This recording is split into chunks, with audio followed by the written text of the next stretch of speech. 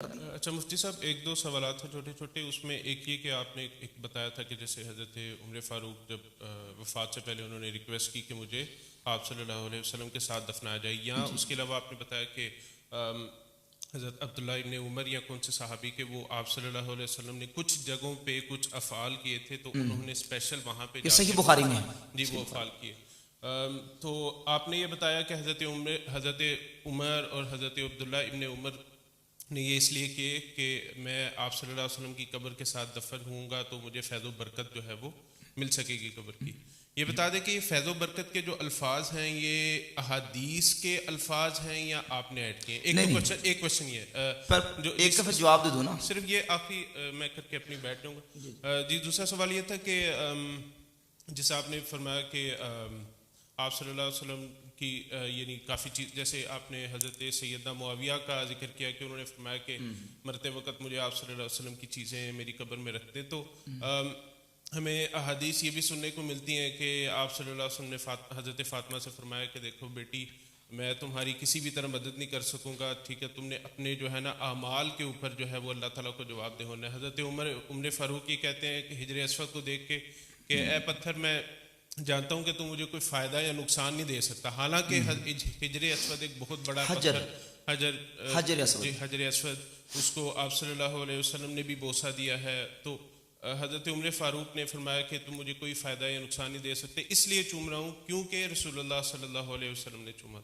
تو ان احادیث کے بارے میں بتا دیں. ترتیب والی دیتا ہوں جواب. جی. سب سے پہلی جو بات آپ نے کی ہے وہ حضرت سیدنا فاروق اعظم رضی اللہ عنہ کی جو حدیث میں نے صحیح بخاری سے 3700 بیان کی. میں نے صحیح بخاری کھول کے اس کے الفاظ آپ کے سامنے رکھے کہ حضرت عمر رضی اللہ عنہ نے اللہ رب العزت کا شکر ادا کیا اور کہا کہ تمام خوبیاں اللہ کے لیے ہیں، اور کہا کہ مجھے سب سے زیادہ میرے نزدیک اہم بات یہ تھی کہ مجھے روضہ رسول میں دفن ہونے کی اجازت مل جائے. اب یہ سب سے اہم بات میرے نزدیک یہ تھی. یہ تو حدیث صحیح بخاری کی 3700 نمبر حدیث میں موجود ہے، اور 3700 کے علاوہ اور بھی کئی مقامات پہ.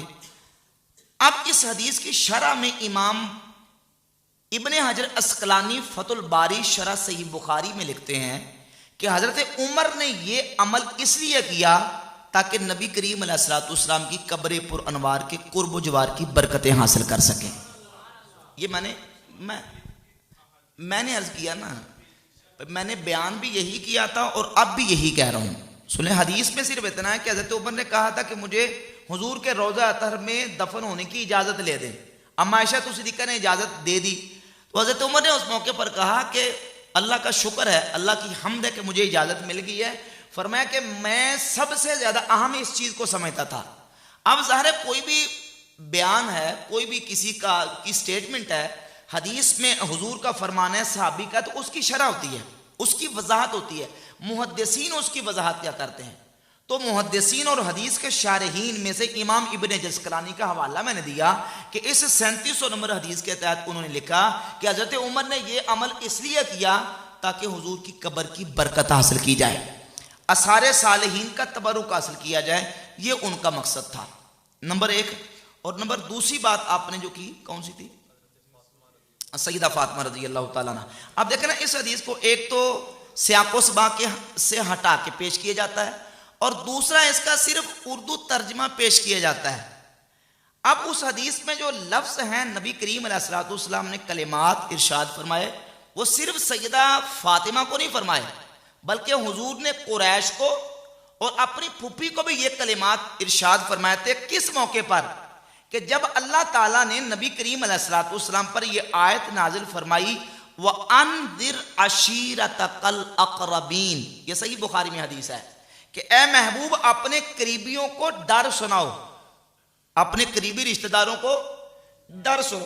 اللہ نے حکم دیا تو حضور نے اس موقع پر سیدہ فاطمہ سے فرمایا، لا اغنی عنکی من اللہ شیئا، لا اغنی عنکی من اللہ شیئا.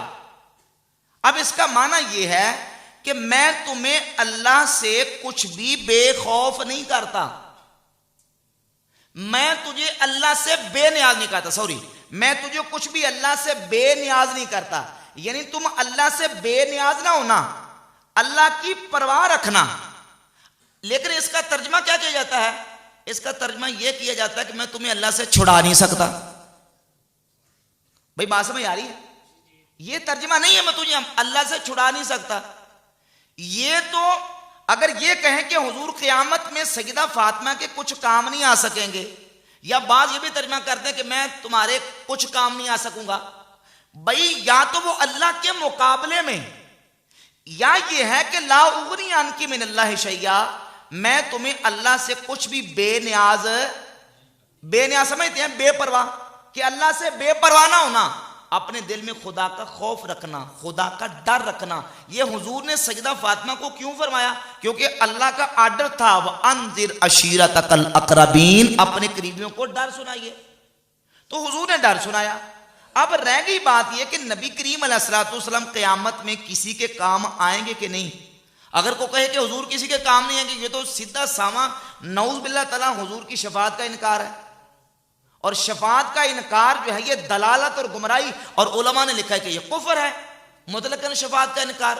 شفاعت کے اس بات پر تو قرآن مجید کی آیات موجود ہیں، نبی کریم علیہ السلام کی احادیث موجود ہیں، اور صحیح مسلم میں حدیث ہے. لفظ سنیں، حضور فرماتے ہیں کل قیامت کا دن ہوگا، یرغب الی الخلق کلو حتی ابراہیم، فرماتے ہیں ساری مخلوق قیامت میں میری طرف راغب ہوگی، حتیٰ کہ خلیل اللہ ابراہیم بھی میری طرف رغبت فرمائیں گے. جہاں انبیاء رغبت کریں، جن کی طرف انبیاء متوجہ قیامت کے دن ہوں، وہ کسی کا کام نہیں آئیں گے. اور حضور فرماتے ہیں شفاعتی یوم الآخرہ، فرمایا کہ شفاعتی لأہل الکبائر من امتی، سنن ابی داؤد کی حدیث ہے اور صحیح حدیث ہے. فرمایا کہ میری شفاعت قیامت کے دن میری امت کے کبیرہ گناہ والے لوگوں کے لیے ہوگی. اور مسلم احمد کی دوسری حدیث ہے، فرمایا کہ یہ بھی حدیث صحیح ہے، فرمایا کہ میری شفاعت قیامت کے دن میری امت کے گناہوں میں لتھڑے ہوئے، گناہوں میں ڈوبے ہوئے لوگوں کے لیے ہوگی. اب حضور تو شفاعت کریں اپنی امت کے گناہگاروں کی، اپنی امت کے گناہوں میں لتھڑے ہوئے اور گناہوں میں آلودہ ہونے والے امتیوں کی. اور حضور یہ فرمایا کہ قیامت کے دن ابراہیم بھی میری طرف رغبت کریں گے، ساری مخلوق میری طرف رغبت کرے گی. اور دوسری طرف آپ یہ بیان کر دیں کہ حضور کہتے ہیں قیامت میں تجھے فاطمہ چھڑا نہیں سکتا. تو یہ حدیث کا نہ منطوق ہے، نہ مضمون ہے، نہ حضور یہ کہنا چاہتے ہیں. حضور یہ فرمانا چاہتے ہیں کہ اپنے دل میں اللہ کا ڈر رکھنا. تو ہم یہ کہتے ہیں کہ نبی کریم علیہ السلام کی شفاعت برحق ہے، لیکن شفاعت برحق ہونے کا یہ مطلب نہیں کہ آپ شفاعت کے سہارے کے اوپر کہیں کہ اب عمل کرنے کی ضرورت نہیں ہے، یا اللہ غفور الرحیم ہے، اللہ نے بخش دینا، اب کسی عمل کرنے کی ضرورت نہیں ہے، یہ مطلب نہیں ہے. تو وہ جو حدیث آپ نے بیان کی صحیح بخاری کی، وہ ہے لا اغنی عنک من اللہ شیئا، میں تمہیں اللہ سے کچھ بھی بے خوف نہیں کرتا. ٹھیک ہے. اور اگلی بات حجر اسود، دیکھنا وہ بات وہی آگی کہ حجر اسود ہو یا کوئی بھی جگہ ہو، فی نفسہ ہی ذاتی طور پر اس میں فیض و برکت کی تاثیر نہیں ہے، وہ برکت اللہ رب العزت نے رکھی ہے. یہی حضرت عمر رضی اللہ تعالیٰ عنہ ہیں جنہوں نے نبی کریم علیہ الصلوۃ والسلام کی بارگاہ میں عرض کیا تھا کہ حضور میرا دل کرتا ہے کہ وہ مقام جو ابراہیم علیہ الصلوۃ والسلام کا مقام ہے، مقام ابراہیم، اس کو نماز پڑھنے کی جگہ بنا لیا جائے، یہاں نماز پڑھی جائے. تفاسیر میں مفسرین نے اسی آیت کی تفسیر میں لکھا ہے کہ سیدنا عمر نے حضور کی بارگاہ میں گزارش کی تو اللہ نے قرآن کی یہ آیت نازل فرما دی وَاتَّخِذُوا مِن مَقَامِ إِبْرَاهِيمَ مُصَلَّى، ابراہیم علیہ الصلوۃ والسلام کے کھڑے ہونے کی جگہ کو نماز کی جگہ بنا لو.